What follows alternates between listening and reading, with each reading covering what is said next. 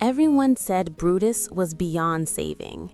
A 15-pound skeleton shaking in the corner of a cold shelter, covered in scars, hollow eyes staring at nothing. The rescue team almost walked past him. Almost.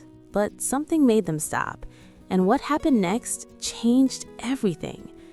If you're watching this and you haven't subscribed yet, I have to be honest with you. Stories like Brutus's only reach people who need to hear them when our community grows.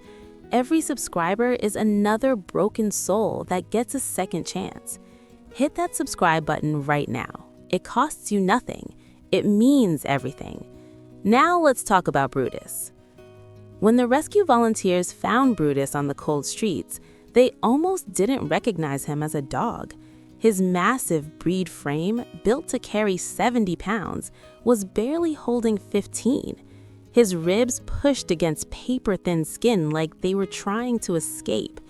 Deep scars carved across his black coat told a story no living creature should ever have to survive. His eyes were empty, not sad, empty. The kind of empty that comes after hope has been beaten out of you so many times, you stop expecting anything different. Every time a human hand reached toward him, Brutus flinched so violently his whole fragile body shook. He had learned the hard lesson that the world repeated to him over and over. Pain is what people give you.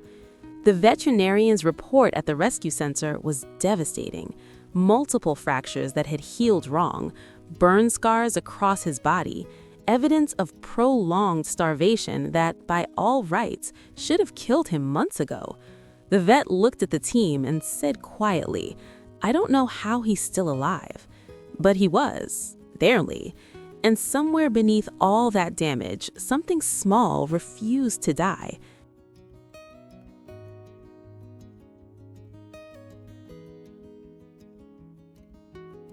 The first weeks at the shelter were agony to watch. Brutus curled himself into the farthest corner of his kennel and stayed there. Staff brought soft blankets, gentle voices, endless patience. He refused food, barely touched water. Every attempt at connection was met with the same desperate retreat. He had been let down too many times to risk hoping again. Then one ordinary Tuesday, a family walked through the shelter doors. They weren't looking for a Pitbull. They weren't hunting for a challenge or a project. They were just looking for a soul that needed someone. As they moved down the row of kennels, something inexplicable happened. Brutus, who hadn't made eye contact in weeks, looked up. The family stopped walking. They didn't see the scars. They didn't hear the warnings the staff gently tried to give them. They saw something the rest of the world had missed entirely. A loyal heart that had never stopped beating, even when everything else broke down. They signed the adoption papers that afternoon. The car ride home was silent except for Brutus's shallow, rapid breathing in the back seat. His tiny body was rigid, bones locked tight. He had learned that good things don't last, that hope is dangerous. Every mile that passed, he waited for something to go wrong.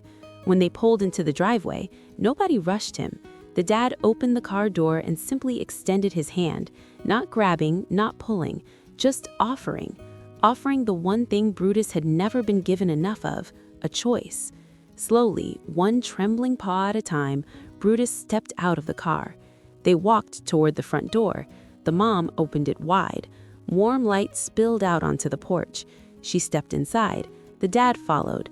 Then their daughter, the little girl who had been begging for a dog her entire life, turned back and looked at Brutus standing on the threshold, between the streets that had nearly killed him and the home that wanted him, between being invisible and being loved, between the past and something else entirely. Nobody pushed, nobody pulled. They waited. And with every last ounce of courage left in his battered 15-pound body, Brutus crossed the threshold. The moment his paw touched the floor inside that house, something shattered.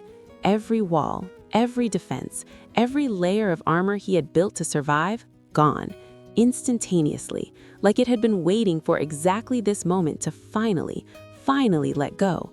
Brutus started dancing. This scarred, traumatized dog that every expert had called too dangerous to save began moving with pure, uncontained joy. His enormous paws tapped the hardwood floor like drum beats. His tail wagged so hard, his whole skeletal frame shook with it. He spun in circles, mouth open in a smile so wide it looked impossible. He pressed his scarred nose against the little girl's hand, and she dropped to her knees, wrapping her arms around his neck, whispering through her tears, "You're safe now. You're home." The mom collapsed. The dad stood frozen, tears streaming down his face. No one had ever seen anything like it.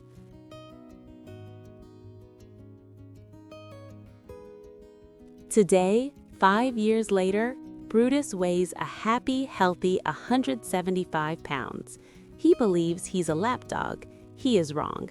He occupies entire sofas. He drools shamelessly. He follows the little girl everywhere she goes, a giant shadow made entirely of loyalty and love. But here's what nobody tells you about rescue dogs. They don't just heal, they remember. Every single morning, Brutus walks to the front door, the same door he once stood frozen outside of, and he sits there for a moment, still, quiet, like he's reminding himself it's real, that this is his, that he is safe. The little girl noticed it first. She started sitting with him those mornings, the two of them side by side in the early light, not saying anything, just existing together. There is no therapy in the world that looks like that. No medicine, just a dog who survived the unsurvivable and a child who never once doubted him. His transformation is proof of something the world keeps trying to make us forget.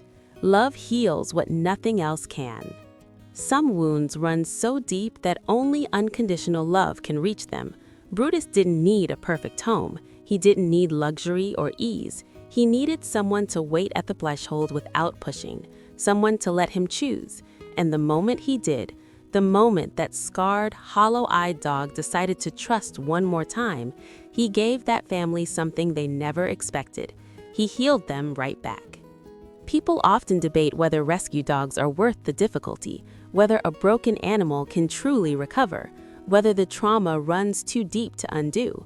Brutus answers that question every single morning at that front door, not with words, not with drama, just with his quiet, steady presence, choosing the same home, the same family, the same love over and over again. That's not an animal that couldn't be saved. That's a soul that was simply waiting for someone willing to try. If Brutus's story moved you, if you believe broken things deserve second chances, drop the word home in the comments right now and ask yourself this: if you found a dog like Brutus, would you have been brave enough to stop?